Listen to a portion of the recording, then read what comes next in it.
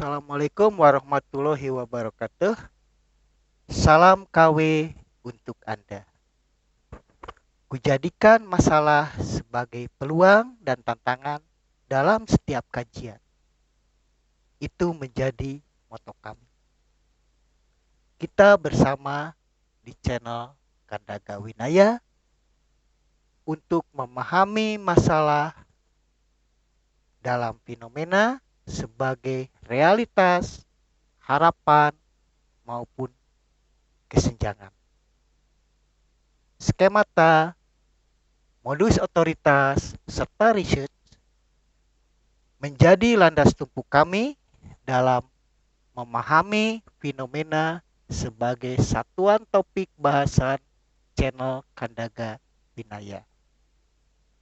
Di kesempatan ini, topik bahasan difokuskan kepada konsep dasar bahasa Indonesia dalam kurikulum. Topik tersebut dilatar belakangi oleh adanya urgenitas bahwa konsep dasar bahasa Indonesia dalam kurikulum, khususnya mata pelajaran dan bidang studi bahasa Indonesia, menjadi bahan ajar sehingga itu perlu dipilih, dipilah, dan disusun. Artinya, dibutuhkan kompetensi atau kemampuan untuk memilih, memilah, dan menyusun aspek kebahasaan dalam bahasa Indonesia sesuai dengan kurikulum dan dijadikan bahan ajar dalam pembelajaran bahasa Indonesia. Itu urgenitasnya. Adapun masalah dalam hal ini dirumuskan bahwa pemilihan, pemilahan, dan penyusunan konsep dasar bahasa Indonesia dalam kurikulum sering bermasalah sehingga diperlukan solusi. Nah, jadi itu latar belakang kami, ada urgenitas dan ada masalah. Masalahnya akibat memilih, memilah, menyusun konsep dasar bahasa Indonesia dalam kurikulum sering menjadi masalah sehingga perlu solusi. Baiklah, sekarang kita lanjutkan bahwa bagaimana urut-urutan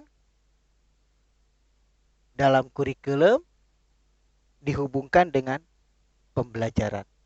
Sehingga di mana kedudukan aspek kebahasaan. Jadi dalam hal ini akan kita coba urutkan secara hierarki. Jadi tertinggi itu ada kurikulum. Kemudian kurikulumnya kita pilih kurikulum bahasa Indonesia. Dari kurikulum itu kita membutuhkan bahan ajar. Bahan ajar itu dipilih, dipilah, dan disusun, dijadikan pembelajaran. Nah, isi dari pembelajaran tadi akan berisikan konsep dasar bahasa Indonesia. Jadi kita sadar bahwa bahasa Indonesia itu memiliki konsep dasar kebahasaannya. Dan itu nanti akan dijadikan area isi bahan ajar ketika itu akan disajikan dalam pembelajaran.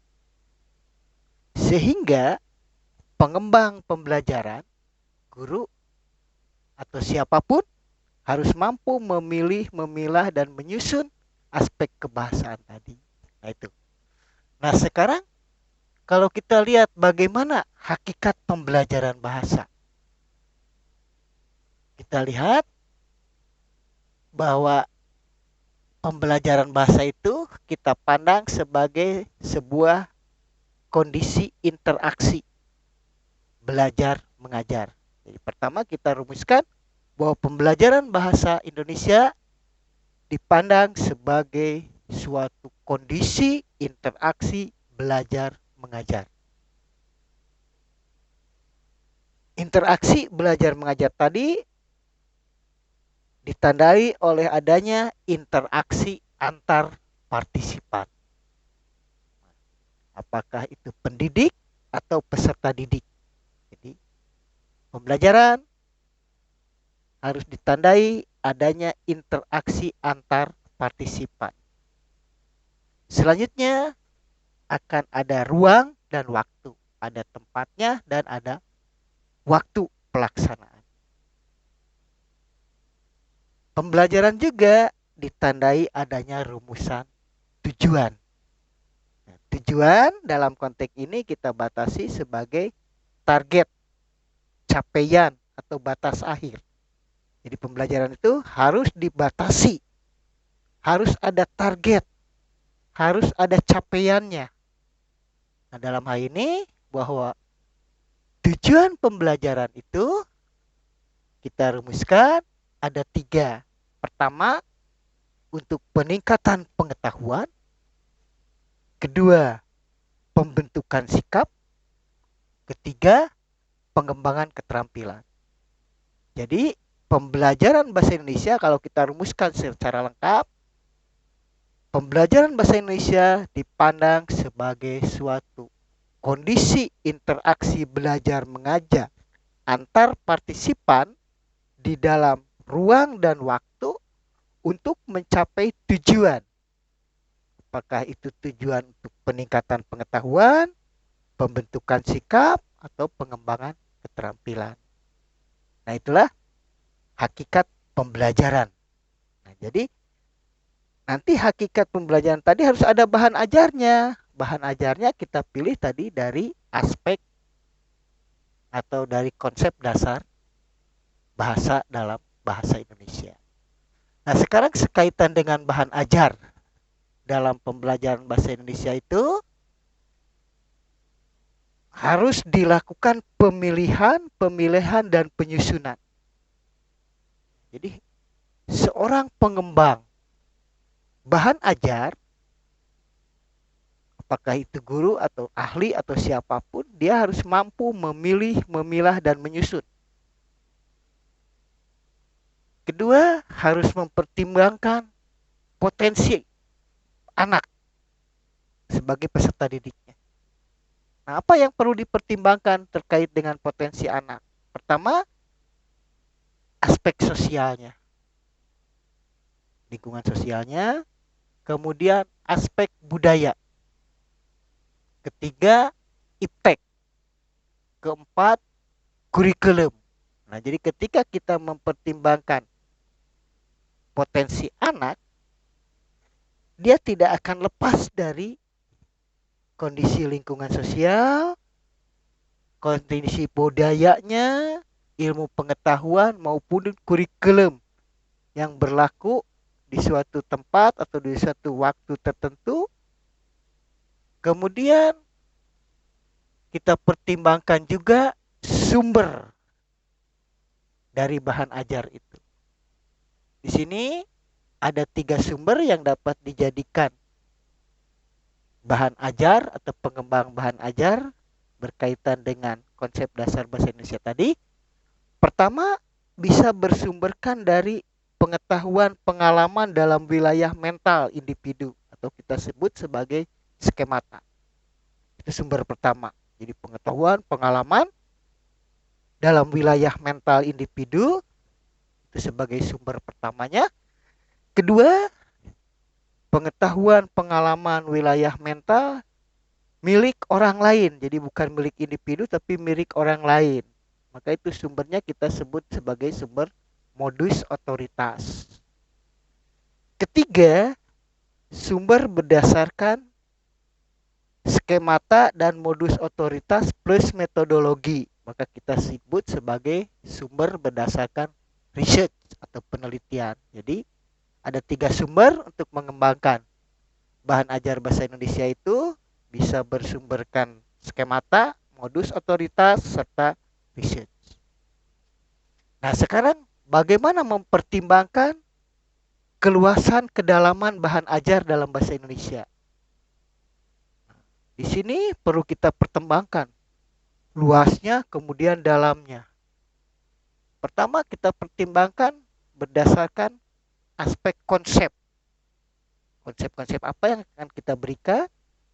Kedua, berdasarkan pertimbangan prinsip. Ketiga, pertimbangan prosedur. Keempat, pertimbangan faktanya. Nah, jadi untuk melihat keluasan kedalaman bahan ajar dalam pembelajaran bahasa Indonesia, kita pertimbangkan dari aspek konsep, prinsip, prosedur, serta fakta. Nah, dengan pertimbangan empat hal tadi, maka kita bisa menjawab pertanyaan apa, mengapa, bagaimana. Jadi kalau kita ingin menentukan substansi dari bahan ajar atau menjawab pertanyaan apa, maka kita bisa tentukan konsepnya apa, prinsip apa, prosedur apa, fakta apa. Kemudian kalau kita ingin mempertimbangkan alasan mengapanya, mengapa konsep itu dipilih, mengapa prinsip itu dipilih, mengapa prosedur itu dipilih, mengapa fakta itu. Jadi kita harus mempertimbangkan dari aspek mengapanya. Pertimbangan kita, alasan-alasan apa yang kita gunakan untuk memilih bahan ajar tadi. Dan yang ketiga, prinsip, konsep, prosedur, fakta itu dapat kita gunakan untuk menjelaskan perihal bagaimananya. Dalam hal ini artinya sebuah bahan ajar harus ada substansi, harus ada kondisi, dan harus ada prosedur. Oke, jadi bahan ajar bahasa Indonesia dapat kita pertimbangkan dari segi aktivitasnya, dia sebagai kegiatan memilih, memilah, dan menyusun. Kemudian dari segi potensi anak, peserta didiknya kita pertimbangkan dari aspek sosial, aspek budaya, aspek ilmu pengetahuan teknologi yang menyertai saat itu, serta kurikulum. Kemudian dari aspek sumber, kita lihat dari aspek skemata, modus otoritas, maupun riset. Kemudian pertimbangan dari keluasan kedalamannya, kita harus pilih konsep apa, prinsip apa, prosedur apa, fakta apa yang akan kita jadikan sebagai bahan ajar. Terus alasannya mengapa itu dipilih, kemudian prosedur dari bahan ajar itu sendiri. Nah, itu tentang bahan ajar dalam bahasa Indonesia harus dipertimbangkan dengan pilihan-pilihan seperti tadi disebutkan. Oke. Selanjutnya, kita sadari bahwa bahasa Indonesia secara atau berdasarkan kajian konsep dasarnya itu minimal dapat saya sajikan di sini ada 10 konsep dasar atau 10 aspek, 10 unsur yang dapat kita jadikan bahan ajar dalam pembelajaran bahasa Indonesia. Dalam hal ini kita sebut sebagai konsep dasar dalam bahasa Indonesia. Pertama, kita sadari bahwa bahasa Indonesia memiliki sistem bunyi. Oke. Kedua, bahasa Indonesia memiliki lambang bahasa. Ya, jadi bahasa Indonesia memiliki lambang bahasa. Ketiga, bahasa Indonesia memiliki struktur bahasa.